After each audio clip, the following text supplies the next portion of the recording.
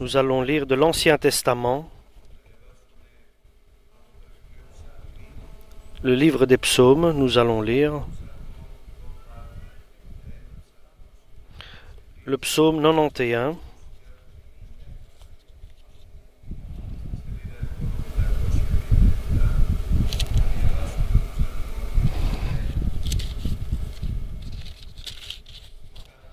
Celui qui demeure sous l'abri du Très-Haut repose à l'ombre du Tout-Puissant.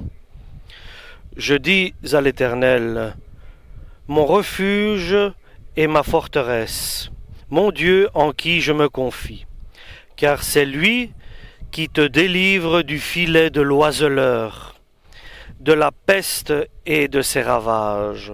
Il te couvrira de ses plumes, et tu trouveras un refuge sous ses ailes. Sa fidélité est un bouclier et une cuirasse. Tu ne craindras ni les terreurs de la nuit, ni la flèche qui vole de jour, ni la peste qui marche dans les ténèbres, ni la contagion qui frappe en plein midi. Que 1000 tombent à ton côté et 10 000 à ta droite, tu ne seras pas atteint. De tes yeux seulement tu regarderas et tu verras la rétribution des méchants.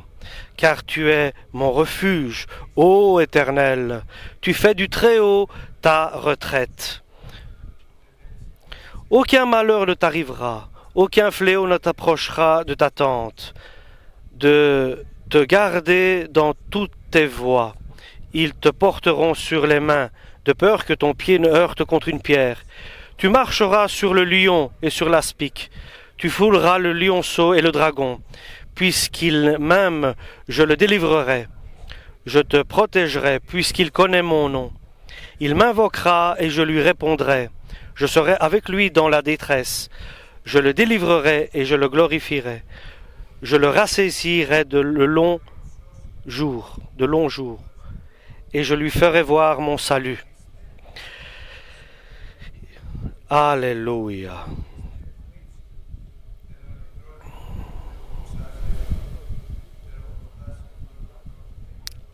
Nous terminons le chapitre 91. Amen. Chers frères et sœurs, les hommes, comme nous dit la parole de Dieu, seront dans l'angoisse de la crainte à cause des événements qui vont arriver. Les années sont arrivées. La période critique est venue, où la parole de Dieu avait prophétisé que des temps difficiles et mauvais viendront mettre en angoisse les hommes. Et dans tous les détails de leur vie, ils seront dans l'angoisse, parce que le péché arrivera et sera à son sommet. Et ce sera comme une gangrène qui va s'étendre dans les âmes. Et l'injustice des hommes va se multiplier. Et les hommes seront toujours de plus en plus méchants, plus agressifs, plus coléreux et plus exigeants. Et ça, c'est une vérité, c'est une réalité que nous vivons. Et nous allons continuer à la vivre. Et ici dans notre patrie, en Grèce, et dans le monde entier. Je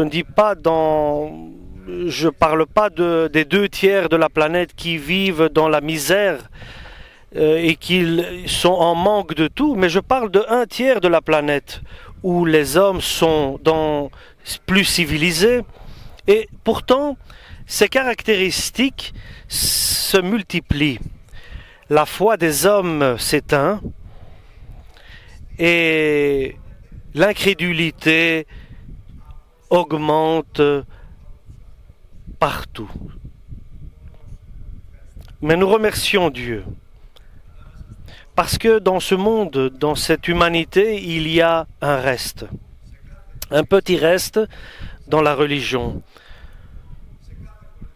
Dans chaque couche de la population, il y a toujours un petit nombre de personnes qui acceptent Jésus-Christ, ils acceptent que c'est Dieu qui l'a envoyé pour le salut des hommes, pour l'humanité. Ils acceptent que la parole de Dieu, le Fils de Dieu, a été envoyé. Et Dieu n'a pas eu pitié de lui, mais il a envoyé son Fils se sacrifier. Et il est venu annoncer les secrets du royaume céleste, parce qu'il est le seul qui est venu du ciel. Et il a apporté le Nouveau Testament, nouvel enseignement, par lequel nous sommes sauvés, si bien sûr nous restons dans cet enseignement de Jésus, et si nous mettons en pratique quotidiennement cette parole de Dieu. Et enfin, il a envoyé Jésus-Christ libérer les hommes, ceux qui sont justes et qui ont été enchaînés, attachés, liés par le diable à cause des péchés qu'ils avaient commis dans leur incrédulité et dans leur inconscience et dans leur... Et ils n'avaient pas la connaissance de la parole de Dieu. Donc dans cette inconnaissance, lorsqu'ils étaient, Dieu a permis de les libérer. Et il y a dans chaque pays un petit nombre de personnes qui font appel au nom de Jésus-Christ, notre Seigneur. Et Jésus donne le salut à chacun qui l'appelle et qui fait appel à lui. Et donc ce peuple, comme nous dit la parole de Dieu, un peuple saint, un peuple qui est sacré, et un peuple que Dieu a racheté des péchés et qui l'a transféré de l'obscurité à la lumière pour annoncer ses bienfaits, sa bonté. Et ce peuple existe. Ce peuple de Dieu vit, respire, il existe dans ce monde actuel, dans ce monde contemporain, dans ce monde qui s'effrite et qui se détruit, où il y a que des impasses, que des difficultés dans tous les domaines économiques et moraux et social et politique et national. Et dans une totale impasse, donc des voies sans issue pour l'homme dans ce monde actuel. Et comme ça avait été prophétisé depuis des années, la parole de Dieu l'avait prophétisé. Cette parole qui est la vérité absolue. Et cette vérité a été écrite par des hommes guidés par le Saint-Esprit de Dieu, l'époque de la première Église apostolique. Donc lui, ce peuple vit. Il vit dans ce monde. Et ce peuple a l'accès, par la parole de Dieu, de trouver des solutions et des chemins dans toute impasse et dans tout problème. Mais pas par leur propre effort ou bien connaissance ou capacité, mais par la parole de Dieu. Mais par un esprit d'humilité, d'un esprit d'une personne qui son cœur est ouvert et qui craint la parole de Dieu. Il craint de ne pas attrister Dieu. Cette crainte-là est très bonne. Et la parole de Dieu nous dit, qui est tellement sage qu'il sache toutes les solutions des problèmes? Qui est si sage et intelligent? Et la parole de Dieu nous répond, c'est l'homme lequel Dieu donne l'intelligence, à qui Dieu donne son enseignement, le chemin sur lequel il doit avancer.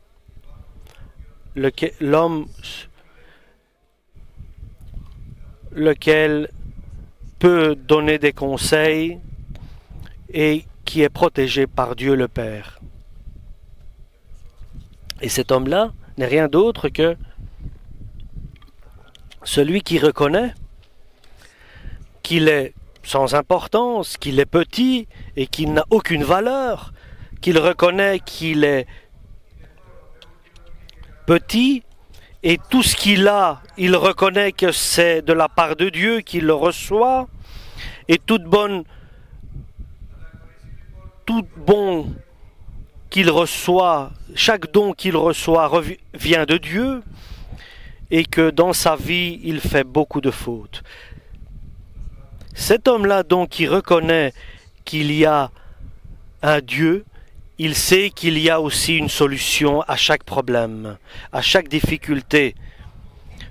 Et cela vient d'un tout-puissant Dieu, d'un Dieu miséricordieux, d'un Dieu compatissant à chaque problème et à chaque être qui souffre. Et nous savons que Dieu habite dans l'homme. Et il nous dit que nous sommes le temple de Dieu parce que le Saint-Esprit habite en nous. Donc nous, aujourd'hui, avec la grâce de Dieu, nous allons insister à la parole divine pour discerner que peut faire Dieu dans notre vie et qu'est-ce que Dieu doit faire dans notre vie.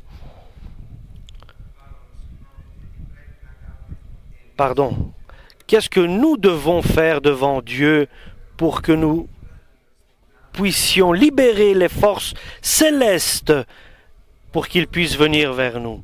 Dieu demande de notre part une totale communion avec lui par la parole et la prière. Dieu demande de notre part de savoir et de connaître que sans prière et sans recherche de Dieu, nous n'aurons pas de réponse de la part de Dieu, parce qu'il est écrit dans sa parole que Dieu, il est et il répond à ceux qui le cherchent et à personne d'autre qui ne le cherche pas. Donc, Dieu désire de notre côté que nous puissions être indépendants et que nous puissions avoir cette foi en lui et une totale confiance et avoir confiance en lui totalement. C'est pour cela il vient nous certifier par sa parole que celui qui demeure sous l'ombre du Très-Haut, alors lui, il vit sous la force de Dieu et sous la protection de Dieu. Il ne désire pas, Dieu ne désire pas de personnes qui sont passagers, momentanés, provisoires, mais des personnes qui ont pris la décision ferme de rester avec Dieu en cherchant le visage de Dieu et sa présence. Et alors l'homme, celui-là, qui demeure sous l'ombre du Très-Haut, il dira avec foi vers Dieu, « Toi, tu es mon refuge, toi, tu es mon château, mon endroit où je me refuge, et en toi, je vais espérer. » C'est une prière de foi. C'est la première des caractéristiques que Dieu désire que l'homme ait en lui. Comme il est écrit, la foi, l'espérance et l'amour. Et des trois, l'amour est la plus grande. J'ai confiance en Dieu. Et je confesse devant toutes les puissances que lui, il est mon refuge et ma forteresse. Donc c'est pour cela que Dieu répond immédiatement en disant « Moi, je vais te sauver des pièges de ceux qui essaient de te faire tomber. Et tu seras sous mes ailes, parce que ma parole est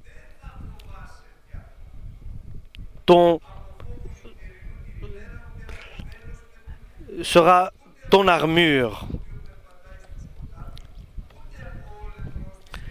et il ne t'arrivera rien. Parce que même si 1000 tomberont à tes côtés, personne ne te touchera à toi.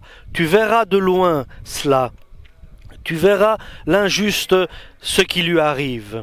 Donc, si tu tournes ta confiance vers Dieu, au nom de Jésus-Christ et par le Saint-Esprit, alors ta protection, la protection de Dieu sera sur toi. Tu seras protégé par Dieu. Ta foi te protégera. Et ta confiance en Dieu sera ta protection. Ta foi en Jésus-Christ, ton espérance en Jésus-Christ, ta confiance en Jésus-Christ sera ta protection, nous dit l'évangile de Jésus-Christ. Donc, si nous concentrons notre pensée par la parole de Dieu et acceptons cette parole qui est divine comme la parole certaine, et la parole nous dit, nous certifie que si tu as confiance à Dieu, ta vie et ta famille seront dans une totale protection de Dieu. Il n'y aura aucun mal qui viendra sur toi. Je ne sais pas ce qui va arriver, je ne sais pas comment cela va se faire, mais moi je sais qu'il est écrit que tout cela, ce que nous vivons, seront d'abord accomplis, parce qu'après viendra la fin. Tout s'accomplira, après viendra la fin. Tout ce qui est écrit sera accompli. Les impasses grandiront de plus en plus et les temps deviendront de plus en plus difficiles et mauvais. Les personnes, l'humanité sera de plus en plus dure et ils seront aussi dans l'angoisse. Ils seront dans la peur des événements qui arriveront dans le futur. Mais la parole de Dieu nous certifie aujourd'hui, si ta confiance est tournée à Dieu par Jésus-Christ et du Saint-Esprit, alors ta protection sera assurée par Dieu. Et cela ne se fait pas la première fois, mais c'est ainsi que Dieu agit. Deuxièmement, verset 9. Car tu es mon refuge, ô Éternel, tu as fait du Très-Haut ta retraite. Aucun malheur ne t'arrivera, aucun fléau ne t'approchera de ta tente, car il ordonnera à ses anges de te garder dans toutes tes voies. Ils te porteront sur leurs mains, de peur que ton pied ne heurte contre une pierre. Tu marcheras sur le lion et sur l'aspic, un serpent venimeux. Tu fouleras le lionceau et le dragon. Donc la deuxième caractéristique est l'espérance. Si l'espérance, ton espoir est seulement en Jésus-Christ et pas en des hommes de ce monde actuel et dans des situations, dans des personnes haut placées ou dans la richesse, dans des pouvoirs, si tu dirige, et aujourd'hui, ça nous devons le faire aujourd'hui, chers frères et sœurs. Nous devons diriger notre confiance à Dieu et nous devons diriger notre espérance vers Jésus-Christ notre Seigneur. Alors, Dieu nous assure sa protection. Dans la foi, protection. Dans l'espérance, l'assurance et nous serons en sécurité. Nous serons en sécurité. Nous ne savons pas comment les choses vont se faire. Nous considérons que cela sera difficile, la vie sur la terre. Les problèmes sociaux vont augmenter. Les hommes qui sont en colère, les gens seront en colère, mais celui qui a confiance en Dieu sera dans la protection divine. Et celui qui espère en Jésus-Christ sera en sécurité. Non pas parce que nous le disons, nous, mais parce qu'il est écrit dans l'Évangile, dans la parole de Dieu. Et nous croyons à cette parole de Dieu. Amen. Nous croyons à cette parole de Dieu. Et notre espérance est seulement sur la parole de Dieu et en Dieu lui-même. Et il est écrit, verset 14, chapitre 91 de Psaume. Puisqu'il m'aime, je le délivrerai. Je le protégerai, puisqu'il connaît mon nom. Il m'invoquera et je lui répondrai. Je serai avec lui dans sa détresse. Je le délivrerai et je le glorifierai. Je le rassasierai de longs jours et je lui ferai voir mon salut. Alléluia pour la parole de Dieu. Donc si nous avançons un peu plus loin et nous mettons notre amour en Jésus-Christ notre Seigneur, comme c'est le premier des commandements, c'est le premier des commandements. Tu aimeras Dieu de tout ton cœur, de toute ton âme, de toute ta force et de tout ton esprit. Et si nous tournons notre amour totalement vers le visage de Jésus-Christ, je peux vous dire que non seulement il va nous libérer, nous protéger, mais il va aussi nous élever dans cet endroit, là où nous sommes. Donc, nous verrons dans l'obscurité une lumière. Dans l'obscurité de ce monde, Jésus nous dit, vous êtes la lumière du monde. Dans cette désespérance de ce monde, vous êtes le sel du monde, nous dit Jésus. Nous verrons la différence. Vous serez visible. Vous serez distinct des autres. Dans la crainte des autres, votre foi et votre espérance et votre confiance en Jésus feront la différence. Si nous aimons Jésus de tout notre cœur, de toute notre âme, de toute notre force et de tout notre esprit, alors nous prierons et il nous écoutera. Nous lui parlerons et il nous répondra. Et il nous parlera, nous lui répondrons, nous allons collaborer avec lui, nous allons être associés avec lui. Devant ses yeux à lui, il va nous établir dignes de foi et précieux à ses yeux, parce qu'il est écrit, puisque tu as été précieux à mes yeux, nous dit la parole de Dieu, tu as été glorifié parce que moi je t'ai aimé. C'est une invitation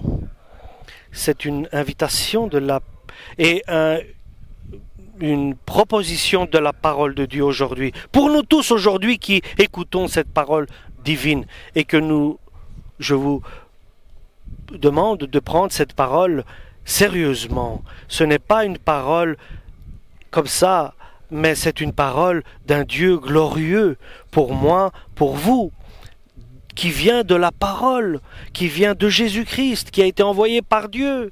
Et alors tu seras dans sa protection, dans une protection céleste. Aie espoir en lui, et tu seras dans l'assurance et dans la sécurité, complètement et permanent. Aime Jésus, et il fera le nécessaire pour toi pour te protéger. Il collaborera avec toi, il va te glorifier pour que son nom soit glorifié par toi. Et parce que Jésus-Christ nous certifie que sans moi, vous êtes incapables de rien faire, c'est pour cela, sachant cela, le besoin que nous devons avoir en lui, et cette espérance que nous devons avoir en lui, et l'amour que nous devons avoir en lui, nous devons prendre sa personne en nous. Et nous devons lui dire notre faiblesse. Et c'est pour cela que je vous prie de nous lever et de demander une grâce à Dieu, qu'il remplisse notre cœur de foi, d'espérance et d'amour. Selon qu'il est écrit, l'amour de Dieu est versé dans nos cœurs par le Saint-Esprit. Prions donc le Seigneur tous ensemble, de tout notre cœur intérieur, chacun pour lui-même, pour sa propre personne, chacun pour sa famille, chacun pour toute la patrie, pour tous les fidèles, et que Dieu nous augmente la foi, qu'il nous donne cette foi pour que nous puissions demander quoi que ce soit et que nous puissions le recevoir selon sa volonté. Alléluia! Et pour que notre vie soit toujours sous sa protection et l'amour de Dieu, pour que notre vie soit remplie de bénédictions et de sa présence et de sa gloire.